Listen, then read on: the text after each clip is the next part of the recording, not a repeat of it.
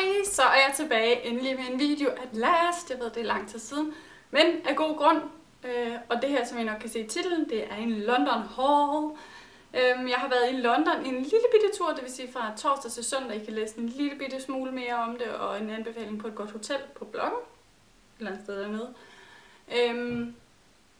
Hvis I vil vide mere om det, og et par Instagram-billeder, hvis I ikke følger med der. Jeg vil endelig anbefale alle til at følge med på min Instagram, og selvfølgelig på Facebook. Så får I lidt mere end bare de her videoer.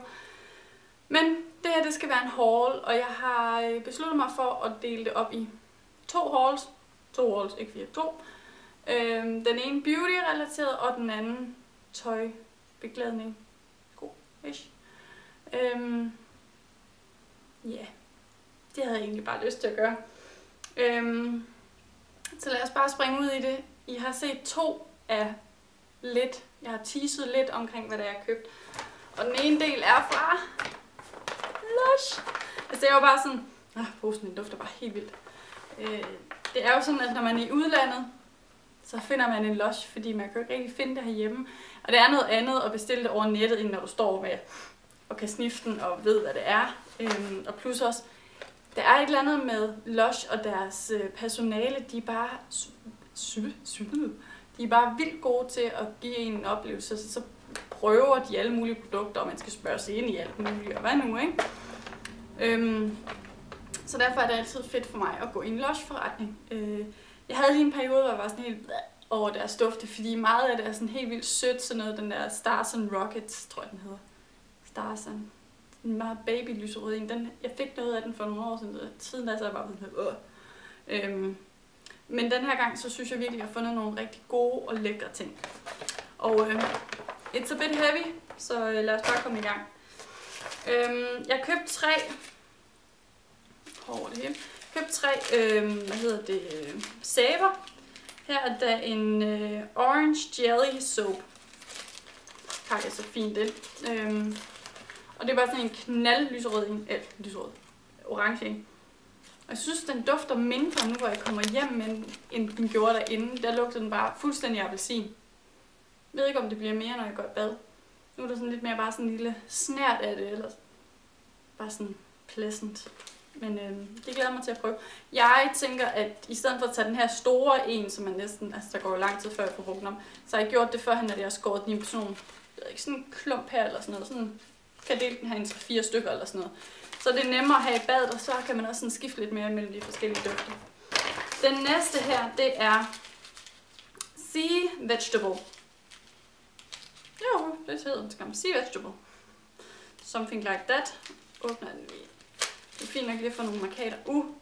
Og det er nemlig rigtig fint. Den ser sådan her ud. Flotteste blå sea foamy farve. Og så heroppe så er den mørk, og så er det salt heroppe. Så det bliver jo sådan en god skrub. Så lige det flammede herovre, men det er min juledekoration. Så meget jul har jeg herhjemme. Nej, altså. Ja, det skal vi ikke snakke om sådan mere end det, men altså, jeg tror, jeg har lagt nogle billeder af mine juledekorationer op på. Jeg laver ikke særlig meget jul herhjemme. Og jeg har heller ikke haft tid. Jeg har så vanvittigt travlt, så lige den her tur til London. Nå, tilbage til det samme.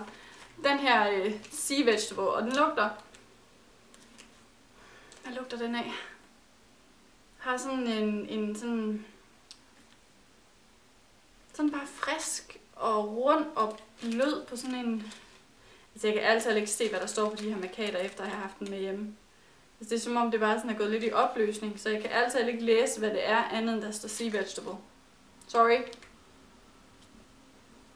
Ej, okay, altså den har sådan den der lush,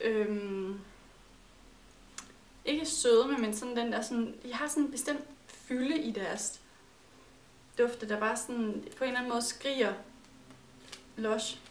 Jeg kan faktisk se, der ryger nogle små sorte klumper ud, så går stærkt ud fra, at heroppe, der ligger sådan noget, tang. Det er det hedder. Nå, den må hellere komme videre, fordi jeg har allerede brugt alt for lang tid. Så er der den her, der hedder Snow Glow. Og det er faktisk rigtig synd, fordi jeg har fået sådan lidt nederen stykke faktisk. Gjorde min mor også, hun fik også noget af det. Den ser sådan her ud. Og den har sådan mere citrusy lemon duft. Men det der var det er sådan lidt kedeligt ved den her, det er, at den bare kun har den her farve. Hvis I ser billederne både på bloggen og på min Instagram, så var det sådan nogle store halvkugler med sådan en masse små hvide, runde nogle i, så det ligner sådan lemon-agtigt. Men altså, jeg har bare fået sådan en blank stykke. Det er lidt kedeligt, men så igen altså. Stadig en super flot farve. Og den der citrus, den er altså virkelig god, den glæder mig til at bruge. Og det der egentlig er med den her, jeg købte de mindste stykker, og de vejer alle sammen omkring, hvad er det, 100 gram eller sådan noget? Jo, omkring 100 gram. Så sådan nogle 30 kroner for sådan en her. Hvad var det? Ja, 3,9 pund, så det er ikke engang 40 kroner. 3,7 pund. Altså punden ligger lige under 10. Godt. Så går vi videre, fordi jeg har jo et badekar, så jeg skulle jo helt klart have fat i den her. Det er sådan en French Kiss Bubble Bar Slice. Og bubble bars, det er dem, som man smuldrer i badekar. Jeg er faktisk så glad for, at den her den kom næsten helt hjem. Og det er sådan en lavendel en. Jeg kan se, der står sådan en lille lavendel. Jeg havde faktisk overhovedet ikke regnet med, at den ville stå der.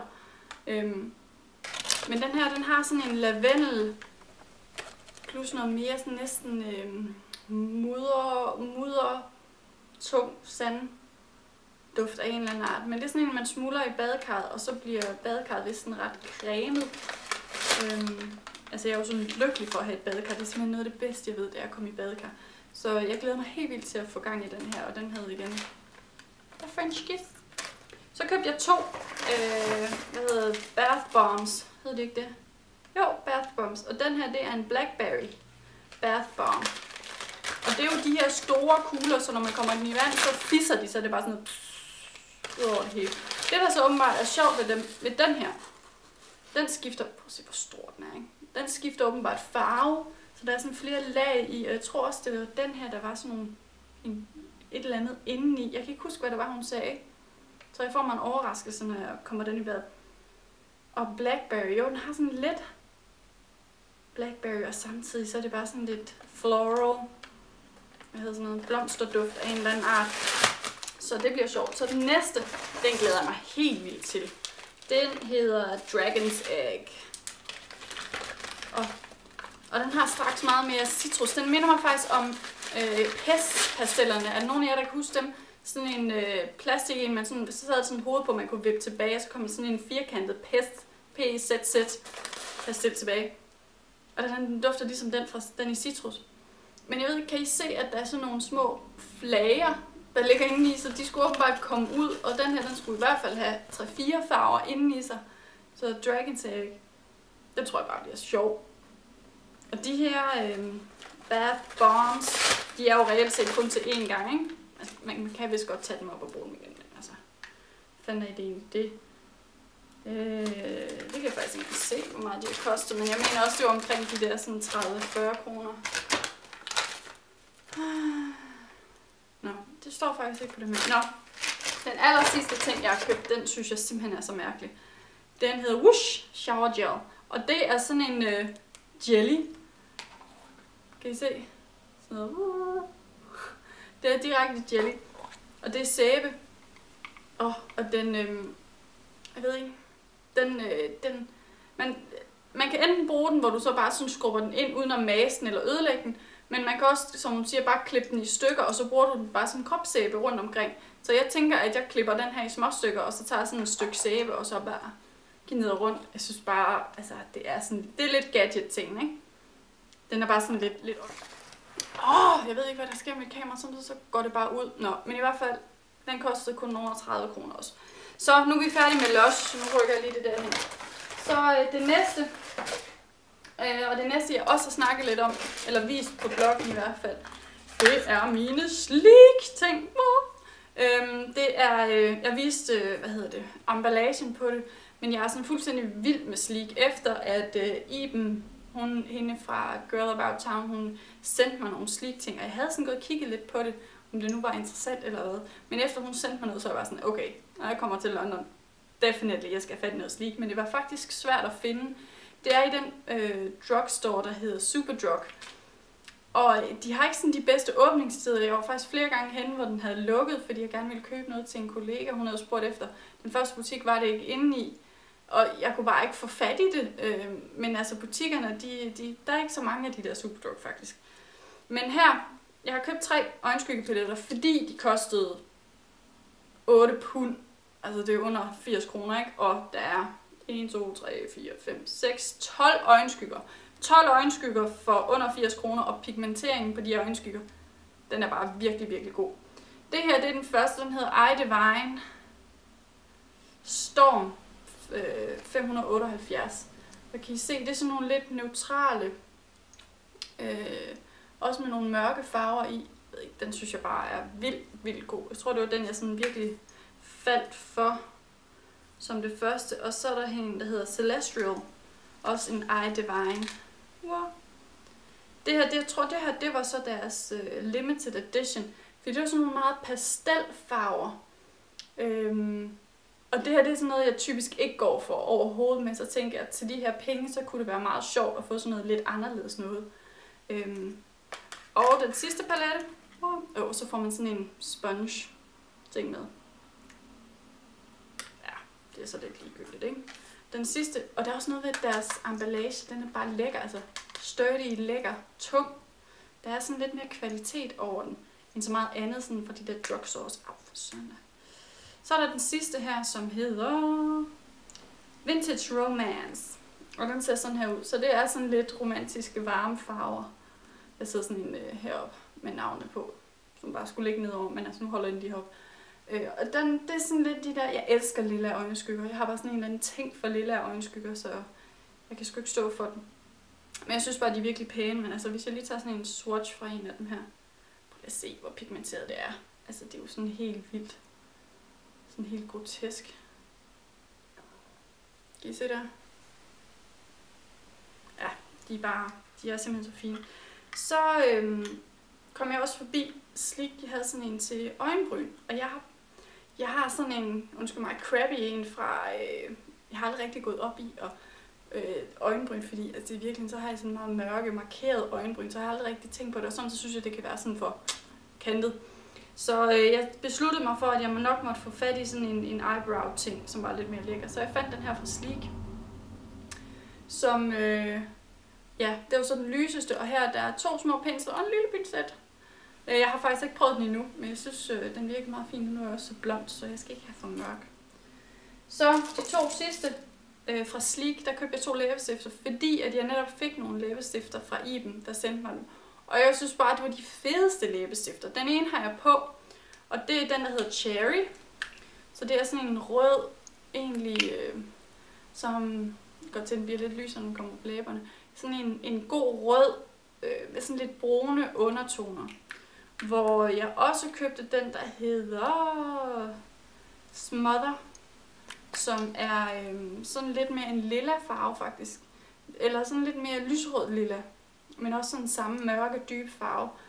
Jeg synes bare, at de er geniale, og de holder virkelig godt på. Det eneste er, de kan godt komme til at bløde. I ved sådan, så det siver ud, så man skal lige have et eller andet indenunder.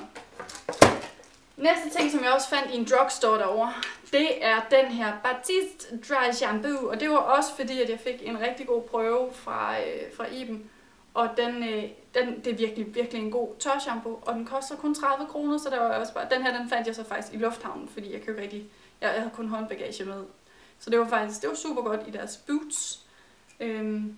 Virkelig god tørshampoo, så køb den. Og en anden ting, jeg også fandt i lufthavnen, var også bare sådan, yay!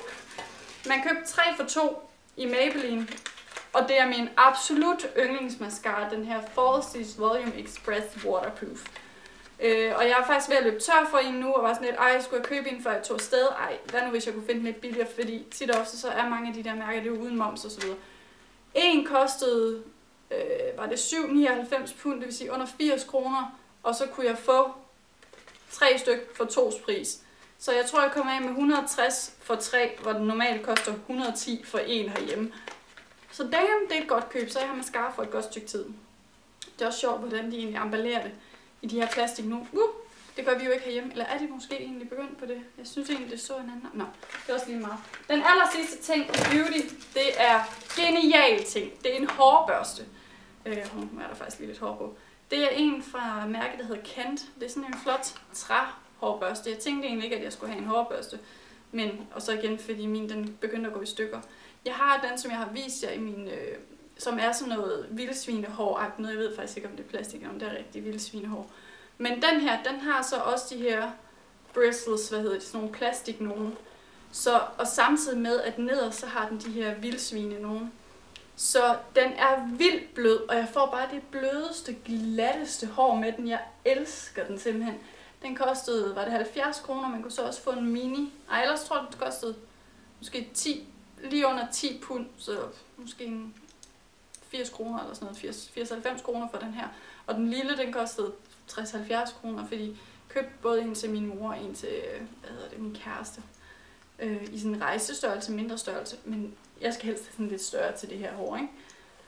Ej, og den er bare, jeg elsker bare at redde mit hår igennem det, fordi den tager bare alt, hvad der sidder i det støv, og den redder det bare, samtidig så, fordi at mit hår det er så afbladet, så kan det godt være svært at redde ud, altså fordi det bliver så knudet af det, fordi det ikke er blødt, det er sådan lidt mere ro.